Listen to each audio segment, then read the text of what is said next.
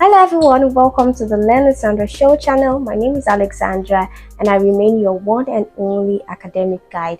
So you know what we do here, right? All we do here is academic learning, okay? So to all my returning subscribers, thank you for always engaging with me. And to all of us that are joining for the first time, please stay tuned. I'm sure you'll find this community very helpful. You will learn from me. You also learn from the comment section, so please stay tuned. So in today's video, we are going to be tackling the JAMB CBT past question for the subject literature in English year 2023, and we're going to be tackling questions 65 to 84. So stay with me, don't go anywhere, and I'll be right back.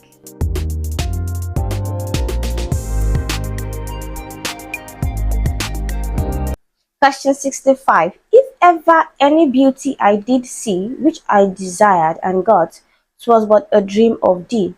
The example above evokes the use of dash. The answer to this question is visual imagery. Now, speaking of imagery, imagery is a vivid description, and you cannot speak of imagery without using senses. Okay, what do I mean by senses, or what are the major senses? Sense of touch, sense of smell, sense of sight, sense of hearing. Okay, so option A, olfactory, means sense of smell. Okay, tactile is sense of touch. Auditory is sense of hearing. Visual is sense of sight. Okay, so the best answer to this question is visual imagery, because when you look at the excerpt, it says, if ever any beauty I did see. How do you know that something is beautiful or someone is beautiful? With your eyes, right? So the best answer to this question is option D, visual imagery. Question 66. The moment of recognition of truth when ignorance gives way to knowledge is known as dash. The best answer to this question is option B, anagnorisis. Anagnorisis is that jaw-dropping moment, that surprising moment, that aha moment. It's usually when a character, discovers something very critical, something very important. Okay, so option B is our final answer. But when we speak of option A, anamnesis, anamnesis is simply remembrance, recalling something from the past, from past events, past action. Okay, so when we speak of amatia is a tragic flaw that leads to a character's downfall, whereas hubris is the excessive pride or arrogance leading to a character's downfall. Okay, so the best answer to this question is option B, anagnorisis. Question 67. A long story narrating a series of complicated events is called a dash. The best answer to this question is option D, saga. So saga is a long story. It's a long story marked off by complicated events because it usually involves, multiple families, multiple communities. And when multiple people are involved in something, there's bound to be complications, right? So the best answer to this question is option D, saga. Question 68. So this question is based on a government driver on his retirement. So many years on wheels. The reference to wheels exemplifies the use of dash in the poem. The best answer to this question is metonymy. Okay, so what is metonymy? Metonymy is using related concepts to represent the whole. Okay, when we speak of climax is the highest point of tension in a drama or in a novel. When we speak of personification, it is giving the attributes of human beings to inanimate objects. Okay, so synecdoche is using a part to represent a whole or the whole to represent a part. Synecdoche and metonymy are quite similar because they both involve substitution, that is substituting one thing with another thing. But they are different and it can be quite confusing to differentiate between them. Now, here's the difference between synecdoche and metonymy. Now, the word wills can serve as a metonymy or synecdoche depending on the context, and in this context, it is a metonymy. Why? Because the word wills references driving. It is closely associated with driving. Many years of driving, many years spent on the road, many years spent working in service for the government. That is what it is closely associated with. Okay, but when we speak of synecdoche, synecdoche will focus on the word car. But it does not just focus on the word car in this context. It is focusing on his driving experience over the years. Another example I would like to give is with the word crown. Okay, so when crown is used as a substitute for a king's attire, it is an object, right? When it is used as a substitute for a king's attire, right, as an object, then it is synecdoche. But when the word crown is used as a substitute for the authority that the king's office holds, then it is metonymy. Another example is my shirt. My shirt is made up of thread, buttons, fabric, right? But when the button is used as a substitute for my shirt, that is synecdoche. But when button or thread is used as a substitute for official function, corporate function, businessman, businesswoman, then it is metonymy. Okay, so metonymy focuses on symbolic representation.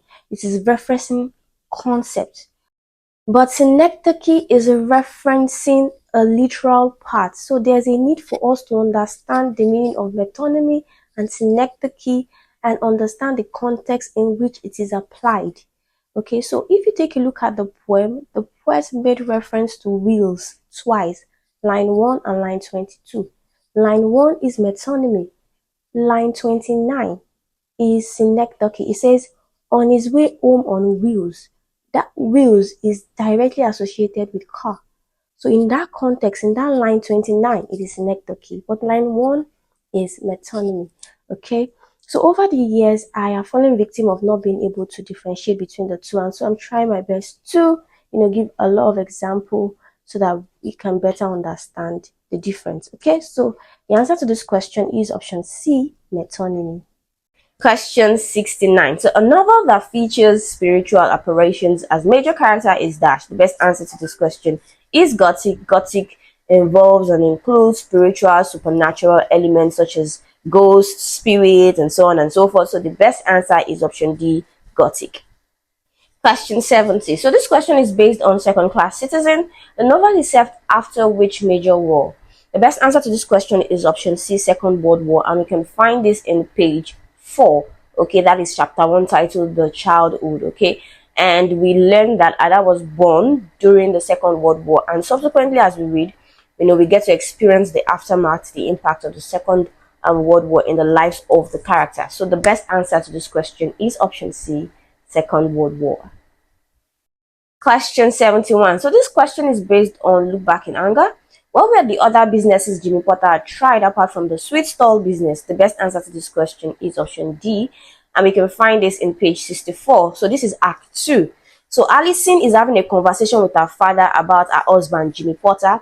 She was talking to him about his life, his career choices, as well as his failed ventures, okay? So in her own words, she was like, oh, he tried many things, journalism, advertising, and vacuum cleaner, okay?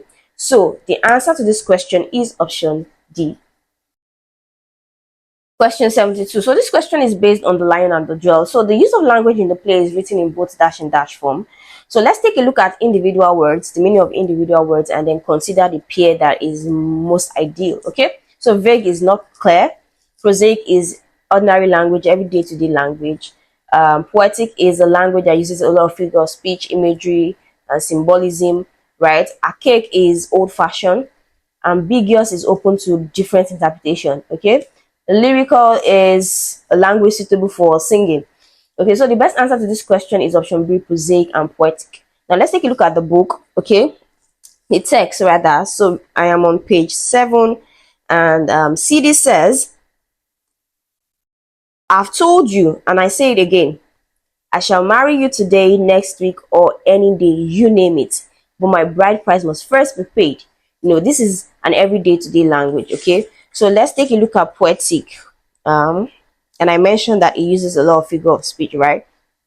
So CD says here also, why did Baraka not request my hand before the stranger brought his book of images? So book of images here is metaphorical, okay? It represents something much more. It represents progress, change, attention, attraction, okay? Why did the lion not bestow his gift? So lion here is used to represent Baraka, okay? Baraka is the lion.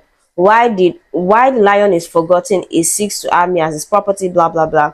He seeks new fame as one man who has possessed the jewel of Nlujile. So the jewel of Nlujile is another metaphor, okay, that represents CD. Okay, so the best answer to this question is option B, prosaic and poetic. Question 73. So this question is based on unexpected joy at dawn. So which of this character is at the center of the impact of the xenophobic attack in the novel? The best answer to this question is Nitaki. Okay, so when we speak of xenophobia, xenophobia is the fear of aliens or the fear of someone from a different background, a different root, different origin. So that is what it simply means. Okay, so Nitaki, we learn in the novel that Nitaki is Nigerian by blood but Ghanaian by birth. Okay, so while living in Ghana, he suffered from the impact of xenophobia because he looks like a Nigerian man. He has three tribal marks, which is typical of a Yoruba man. Okay, so he decided to move to Nigeria to find his roots, to find his origin. But on getting to Nigeria, Nigerians do not believe him, okay, because he could not speak any of the Nigerian languages, okay. So the best answer to this question is option A, Nitaki. Question 74. So this question is based on the lion and the jaw. So Sidi insisted on the payment of her bride price because it indicates that she dash. The best answer to this question is a virgin, and you can find this in page 7. Okay, so we find that CD is not really bothered about her admirer's personality. Okay, as long as she is married, customary in a dignified manner, that's all that matters to her. Okay, so option A is the final answer to this question. Question 75. So this question is based on the lion and the drill. In the play, the drill of Inujile is dash. The best answer to this question is option D, CD, and we can find this in page 21. Option D is the final answer to this question. Question 76. So this question is based on unexpected joy at dawn. How did Mama Orojo meet Tom Monday? So the best answer to this question is option B. Okay. You can find the answer to this question in page 16. So Mama Orojo is an active member of the Amen Church, and she participates in the evangelism. Okay, so during one of the evangelical walk together with her friends, she met Tom Monday, whom she approached and shared the gospel of Christ with him. So option B, she met him on an evangelism trip. Option B is the final answer to this question. Who was the first person Alison informed about her pregnancy? The best answer to this question is option D, Cliff, and you can find this in page 28. So let me give a little bit of context. So Cliff and Jimmy were having a sort of banter, an argument, and so they fell on Alison ironing board. So in this process, she burns her arm, and out of frustration, she yells at him to leave the room. So Cliff stayed back to treat her burn, and this is where she opens up to him about her pregnancy, that she was pregnant with Jimmy's child. Okay, so the best answer is option D. You find this in page 28. Question 78. So what distinguishes Nitaki from every other Ghanaian? The best answer to this question is option C, is tribal mark, and we can find this in page 26. Okay, so for context purpose, we see that the manager was always venting his frustration at the sight of Nitaki, and Nitaki feels that he does this deliberately, okay, because he looks like a Nigerian with his tribal marks. Okay, so in the text, we learn that he has 3 vertical stripes on his face. So the best answer to this question is option C, is tribal mark. Question 79. So this question is based on Wuthering Heights. What gift did Mr. Enshaw promise to bring Nelly Dean from Liverpool? So the best answer to this question is option C, and we can find this in page 54. Okay, so Nelly Dean recalls a moment from her childhood when Mr. Enshaw was setting off on a journey to Liverpool. He asks the children what they would like as a gift, and then turns to Nelly Dean, promising her a pocket full of apples and pears, and this is referred to as fruit, right? So the best answer to this question is definitely option C, fruit. Question 80. So this question is based on second class citizen. Who is Mr. Cole? The best answer to this question is option D, Ada's elementary school teacher. Okay, and we can find this in page 10. So his first appearance, Mr. Cole's first appearance in the text is in page 10, when Ada decided to go to school, that is the Methodist school. Although subsequently, as we read, we learn that Ada had seen Mr. Cole every time he passed her on his way to the school. Okay, so the best answer is definitely option D. Question 81. So this question is based on The Lion and the Jewel. The opening act in the play takes place at dash. The best answer to this question is option A, the village market, and we can find this in page 1. So let me read page 1 for context, okay? A clearing on the edge of the market, dominated by an immense Odan tree, is the village center. So this is definitely option A, the village market. Question 82. So this question is based on Wuthering Heights. Which of the following characters dies last? The best answer to this question is option B. So all the characters mentioned in the option died, okay, but the last person was Heathcliff, and he died as a result of starvation. So he had a mental breakdown after losing meaning of life, and he stabbed himself. Okay, he dies in his room after several days of not eating. Okay, so we can find this in page 502, which is towards the end of the novel itself. So the best answer is option B, Heathcliff. Question 83. So this question is based on The Lion and the Jaw. Which character may be an allegory of Nigeria itself? First, what is an allegory? An allegory is any literary element that can be interpreted to have a hidden meaning. Now, before you can solve this question, you first need to know what each of the characters represents. Now, starting with Baruka. Baruka represents traditional value, it represents power dynamics. Baruka also represents the clash between tradition and modernity, and this is the answer to this question. But when we speak of Sadiku, Sadiku represents traditional values. Does she represent Nigeria? Yes, but not in totality. Lakunle represents change, Lakunle represents progress, Lakunle represents, the Western influence in Nigeria, okay? And does this represent Nigeria? Yes, but not in totality also, not as a whole, just a part, okay? CD represents beauty, CD represents youthfulness, CD represents the center of attention or attraction, okay? And this does not, serve as an allegory, okay? So the answer to this question is option A, Baruka, because Baruka's characterization embodies the complexities and the challenges faced by Nigerians today. Okay, so in the text, you see that Baruka is the village chief. He has power, he has authority, he's at the center of attention and attraction at the beginning of the play. But as soon as he learned that Sidi has become the center of attention, he wanted to be identified with her. And so he seized the opportunity by bedding her and getting married to her. Okay, and this is typical of Nigerians today. For example, my name is Alexandra. My name is also Arinola. Why not Arinola and Morenikeji? So this is the situation in Nigeria today. We want to be identified with the Western culture. We also want to be identified with the African culture, with our traditional culture. The best answer to this question is option A, Baruka. Question 84. So this question is based on Wuthering Heights. What destination does the young Katrine have in mind when she leaves Trust Cross Grange for the first time? The best answer to this question is option C. So in the novel, we see that she is fixed on visiting the fairy cave at Pennystone Crags after it was mentioned by one of the maid. Okay, so in page 297 to 298, we see that she embarks on a journey, and it is clear that her destination is Pennystone Crags. Okay, so the best answer is option C. So guys, we've come to the end of this video lesson, and as expected, I'm sure you've learned something new today. Thank you for staying tuned, and do well to like my video, okay? And if you find this really helpful, please subscribe to this channel, okay? I also love to hear from you. I would love to hear what your concerns are. Ask questions. Feel free to share with me your ideas and your suggestions. I would really love to hear from you.